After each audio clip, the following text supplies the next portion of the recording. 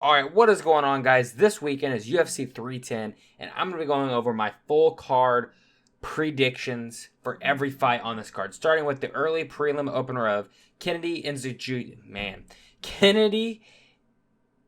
Nzechukwu versus Lucas Bresky. I'm going to go Kennedy Nzechukwu. Isn't that how you say it? Fuck, I can't remember. I always see this guy's name, and I can never pronounce it. I think it's Nzechukwu. I think that's how they pronounce it. Anyway, you have Kennedy moving up. His last fight, he moved up from light heavyweight to heavyweight. Got a win over Chris Barnett. That really doesn't mean anything. Chris Barnett got injured in that fight and is not really that good of a fighter himself. Same with Lucas Bresky. He's kind of like he's fighting at heavyweight, but he's kind of not really a heavyweight. I mean, if he just cut some weight, he would be a light heavyweight, potentially even a middleweight. I'm going to go in Kennedy and Nzechukwu via decision. He's not that good, though. It's not like he's fighting some fat, overweight, heavyweight like most of them are. Lucas is not he's not that good either. But he's not completely morbidly obese like most of the heavyweights. So it's kind of a 50-50 fight, but I think Kennedy is a little bit better on the feet. And I think I'll be able to get the job done. Moving up the card. Holy shit. Minus 1,000. We have Clay Guida versus Chase Hooper. I'm going Chase Hooper via submission. I don't know exactly what submission I'm going to pick. I'm not going to pick anyone specific because I feel like Hooper could get Guida in many different submissions. I could see him getting the guillotine. I could see him taking Clay Guida's back in some type of scramble situation. I could see Chase Hooper has long arms. I could see him going for a anaconda or a Darce choke and getting that. I think I said rear naked choke already. I mean, there's just so many options, I feel like, for Chase Hooper to get the submission over Clay Guida. And when Guida's getting hurt, he tends to shoot in on takedowns a lot. I feel like Hooper's going to hurt him on the feet. And Guida's going to be shooting for sloppy takedowns, get in a scramble, and Hooper will find some way in some position and get the submission win over Clay Guida. Honestly, Clay Guida does not need to be fighting anymore. I don't have his exact age right in front of me, but I think he's like 42 or 43 years old. And if they're going to have him fight, I don't understand why they always put old men versus Chase Hooper's little. I'm 26 years old. Chase Hooper's younger than me. Why are they putting up with these young up-and-coming prospects? And Chase Hooper, who is kind of on a streak right now, filling out good in the lightweight division, on a good tear right now. I'm going Chase Hooper via sub. Moving up the card, we have Michael Chiesa versus Max Griffin. Kind of two bums going at it. Max Griffin's the favorite. That's kind of surprising.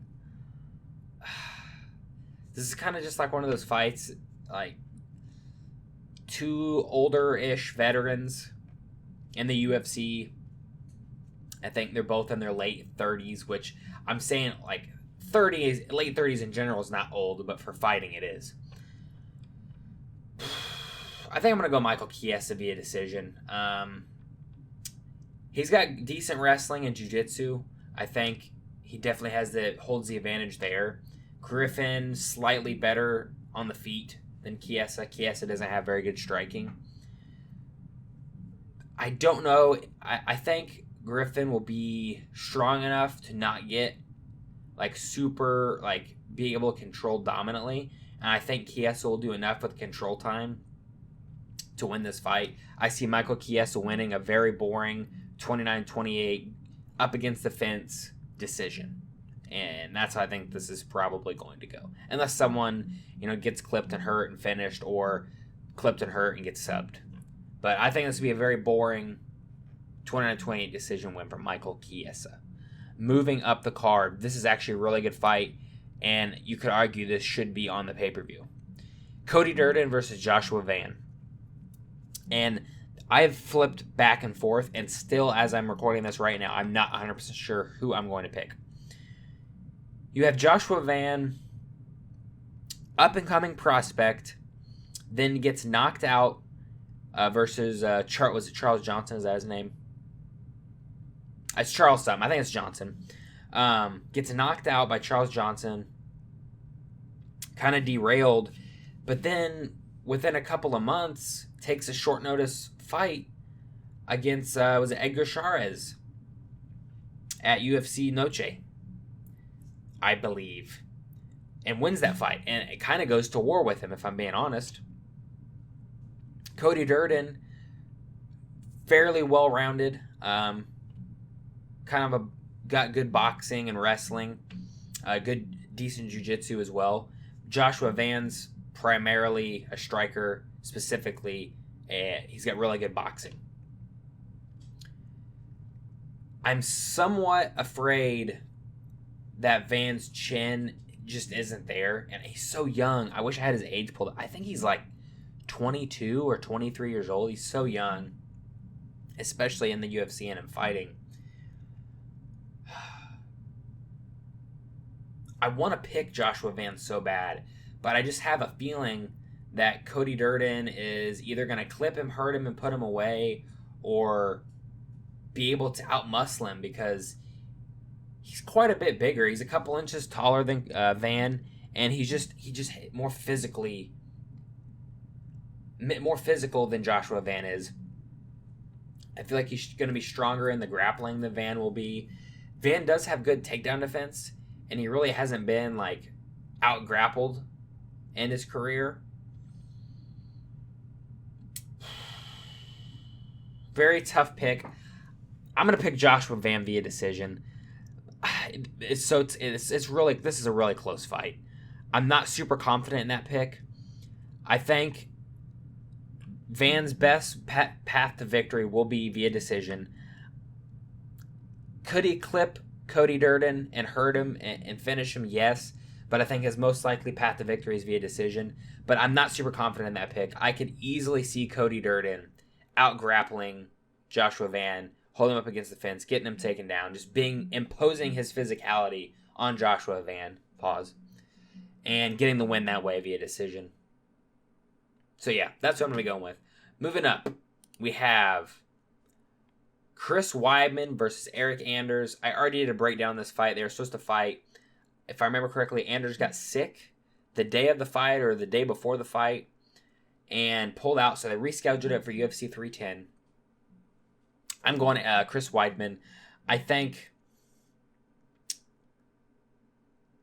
although he is way past his prime, I think the skills are there in Weidman, and Anders just isn't that good. Now, would it shock me if Anders KO'd Chris Weidman? No, it would not shock me at all.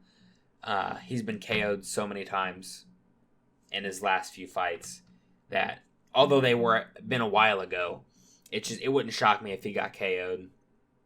But I think Weidman has the skills to implement the wrestling and the takedowns on Eric Anders to be able to control him and get the win. I'm going to be going Chris Weidman via decision.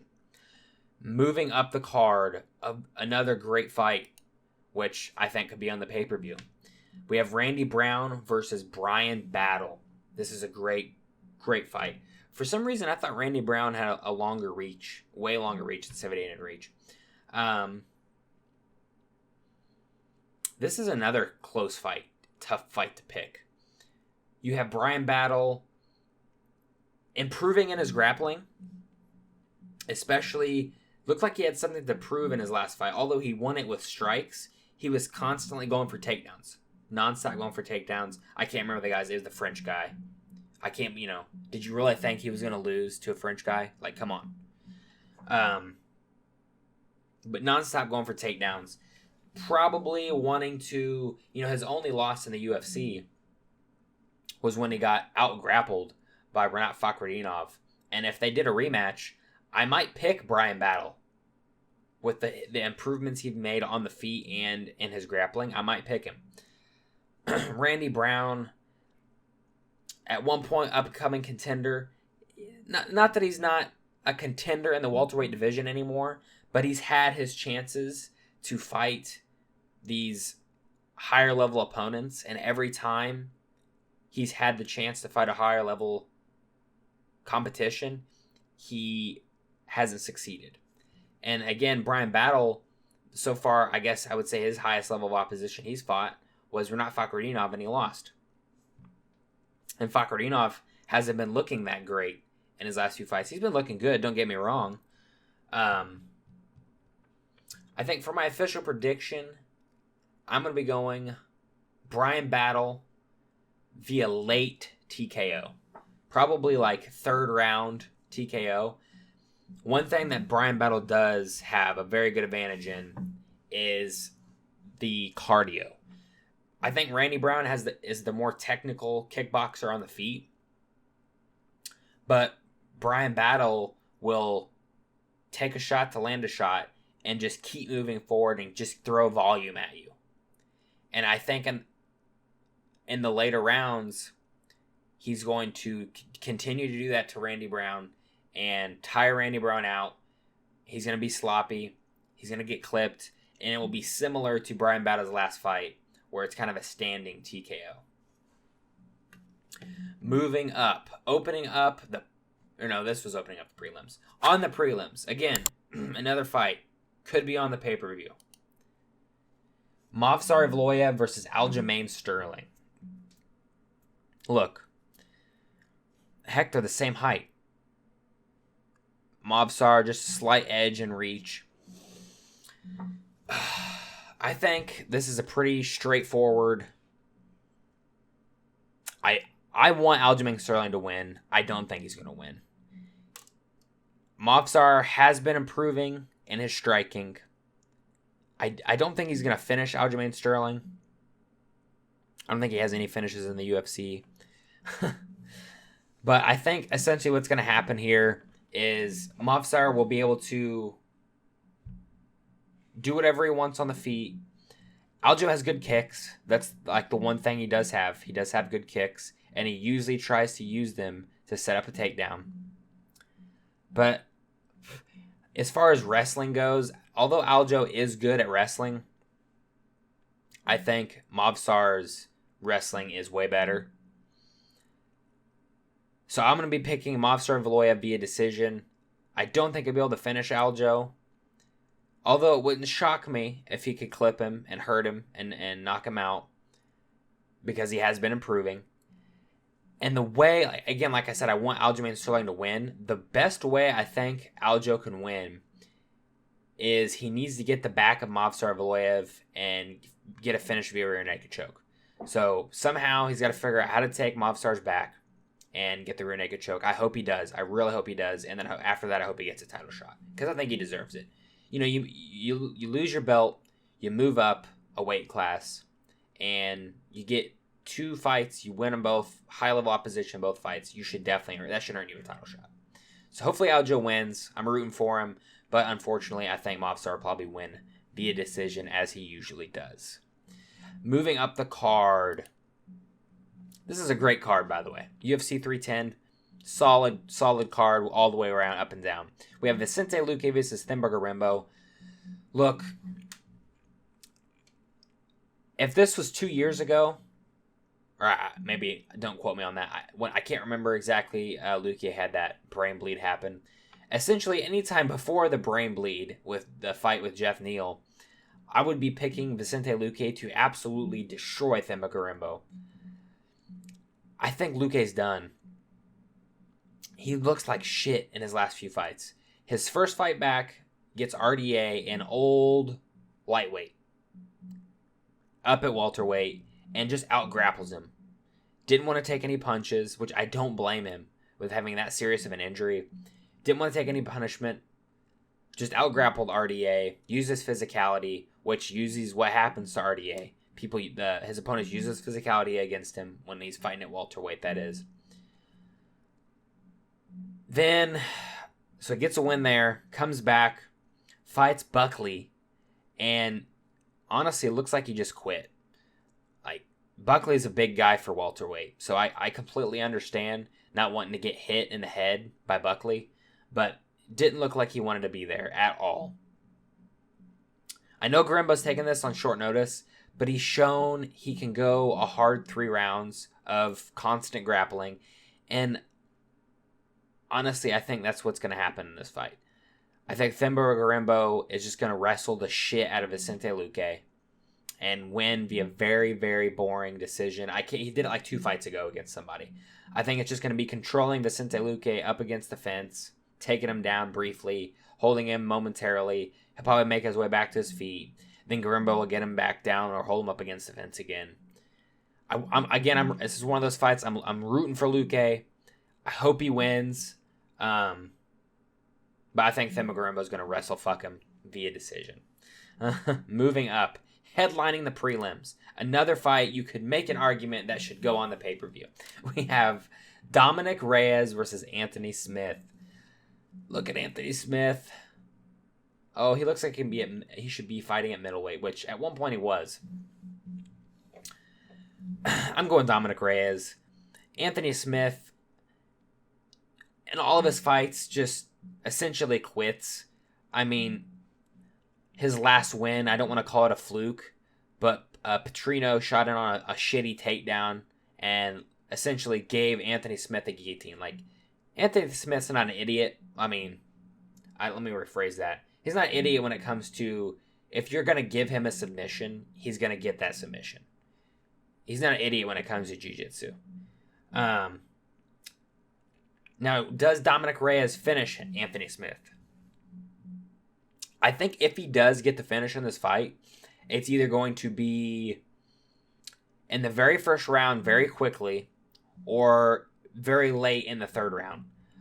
But, Smith is not known for his power, but it would not surprise me if he catches Reyes somehow and just knocks him out cold. And then he's going to go on the mic afterwards and, I might get a title just yet. I might hold that belt just yet. In all seriousness, I think I'm going to pick Dominic Reyes via decision. I kind of want to pick him by KO. I'm going to pick Dominic Reyes via TKO. Anthony Smith just quits mid-fight. I don't know why his name's Lionheart. He just quits. There's nothing else I can say. He quits a lot. Recently, at least. He has been. Moving up. Opening up the pay-per-view. We have Nate Landwehr versus Doo Ho Choi. I'm going Nate Landwehr via decision. I think Doo Ho Choi will be tough enough to stick it out. And I think he is technically more sound on the feet than Nate Landwehr. But Nate don't give a fuck. He just marches forward, goes at you, and doesn't stop. I mean, he's been in several wars. He's shown heart and determination and grit and the unwillingness to quit. So he's not going to quit on himself, that's for sure. The only way to get Nate out of there is to put him to sleep. And I don't think Doo Ho Choi has the ability to do that. Obviously, yes, anybody could do it. I don't think it's very likely to happen. So I'm going to be picking Nate Landwehr via decision. I think it's going to be a very clear decision for Nate Landwehr. I think Doo Ho Choi will put up somewhat of a competitive fight, but I think it'll be very clear that Nate won the fight. Moving up the card. This does not need to be on the pay-per-view. I'm sorry. We have Bryce Mitchell versus Kron Gracie. Essentially what you have in Bryce Mitchell, you have someone who is good at wrestling, good at jiu-jitsu, versus Kron Gracie, a jiu-jitsu specialist. All he's good at is jiu-jitsu. He has no striking at all. Has a couple of decent kicks. It seems like that's a going thing for people who are specialized in jiu-jitsu, is they have good kicks. This fight does not belong in the pay-per-view, but I already made that video. Y'all gave me shit for it. Fuck you. I'm going Bryce Mitchell. Would it shock me if Bryce gets subbed? No, it would not. I think if Bryce goes with a wrestle-heavy approach, which I actually don't think he's going to do, I mean, he's seen Kron Gracie's fights. His striking's just bad. Bryce Mitchell doesn't have the best striking either, but it's better than Kron Gracie's. So I think Mitchell's probably going to keep it on the feet. But if he goes with a wrestle-heavy attack and continues to grapple Kron Gracie, do not be surprised if Bryce Mitchell gets subbed. If Kron can get his back, I think he's probably going to finish Bryce Mitchell. If at any point he gets his back, he's getting the sub. But I think that's not super likely to happen. I think Bryce will be very defensively responsible in this fight, do what he has to do to get the win, and keep his spot in the top 15 of the featherweight division. Bryce Mitchell via decision. This shouldn't be on the pay-per-view. Moving on to what definitely should be on the pay-per-view. Cyril Gane versus Alexander Volkov 2. Listen, I want Volkov to win this fight.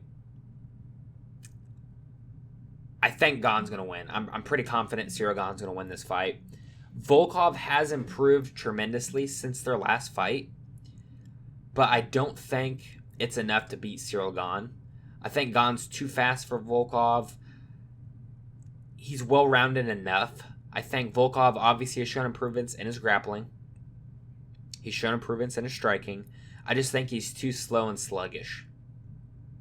I think Gane, essentially what's going to happen in this fight is Gane will just be hopping around the octagon, kind of similar to their first fight.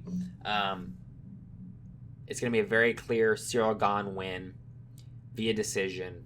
I think Volkov, I don't think he's going to get finished. But it wouldn't shock me if Volkov could win. If he could pull off, I mean, essentially what I think he would try to do in this fight to win would be the same thing Gane's going to try to do. Just land your 1-2s, keep it pretty basic, keep it on the feet. But I think Gane, with the speed advantage that he's going to have, will be able to do a better job at that than Volkov will. So I'm going to be going Cyril Gane via decision. Moving up, co-main event. Super excited for this fight. This, again, another fight that is very tough to pick. Very tough to pick. We have Shavkat Rakhmonov versus Ian Machado Gary. This is a number one contender bout in the welterweight division. Originally, Shavkat was supposed to fight Bilal Muhammad. Bilal Muhammad had to pull out due to a bone infection. Although I did see him tweet that he's back to training again, so that's good. So hopefully, within the next 4 months, he'll be able to fight. And the winner of this fight doesn't have too much damage, and they will be able to fight him. Oh, man, where do we start with this one? So, Shavkat Rakhmonov, they're both undefeated. Rakhmonov has nothing but finishes. I don't know what Gary... I know he has quite a few finishes, but I don't know exactly how many he has opposed to decision ones he has. This is a very tough fight to pick. My gut instincts tell me to go Shavkat. Now, after I think about it and break it down, neither one of you guys has went 5 rounds before. Although they haven't won 5 rounds, I think I'm going to lean Gary for the cardio advantage. Shavkat has shown to go with a hard 3 rounds before with Jeff Neal. I know he finished him in the 3rd round, but it was, I think if I remember correctly, it was towards the end of the 3rd round. I think as far as a more technical kickboxer on the feet, I'm leaning Gary. I think Shavkat has more variety of attacks on the feet and on the ground. And I would also give Shavkat the wrestling advantage. This is a 5-round fight, though. So I'm worried if Shavkat doesn't get him out of there in the first 3 rounds, what the 4th and 5th round will look like. Very tough call. This is a very. Although, let's look at the odds. Yeah, the odds. Shavkat's a massive favorite. I don't think he should be that much of a favorite. I'm gonna pick Shavkat, and I'm gonna pick him to finish Ian Gary. And how I think he's gonna finish him is work to the body. I think he's gonna. He loves doing spinning back kicks to the body.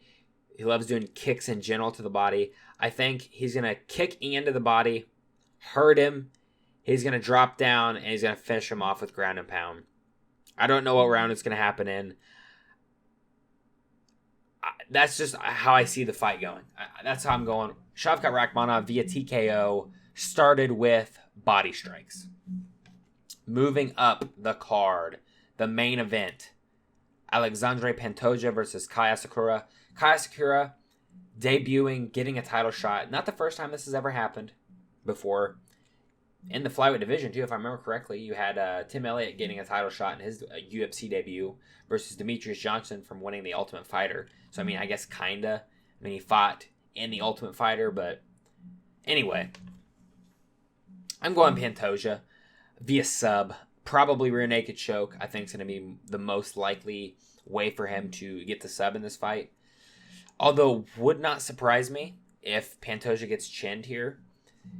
He's on a pretty good streak right now, and he's getting older. I don't think he might be 35 or just about to be 35. So he's getting older. He's in the flyweight division. He just, in his fights, he just takes shots and eats them. I mean, at some point, that's going to go. And it could go in this fight, yes. Asakura has good power. But I don't think that's going to happen. I think Pantoja is going to go at him, try to get in some type of scrambling situation, and every time he gets in scrambling situations with people, he always seems to find a way to take the back. So I see Alexandre Pantoja creating a scenario, a scrambling situation, taking the back of Kai Asakura, and getting the finish via rear naked choke. But again, it wouldn't shock me. A lot of fights on this card are pretty close, and wouldn't shock me if Kai Asakura was able to knock out Alexandre Pantoja. Those are going to be my official picks for UFC 310. Let me know in the comment section down below, who do you guys think is going to be winning in the main event? Make sure to subscribe if you guys are not subscribed. Drop a like on this video, and I'll see you guys in the next one. Goodbye.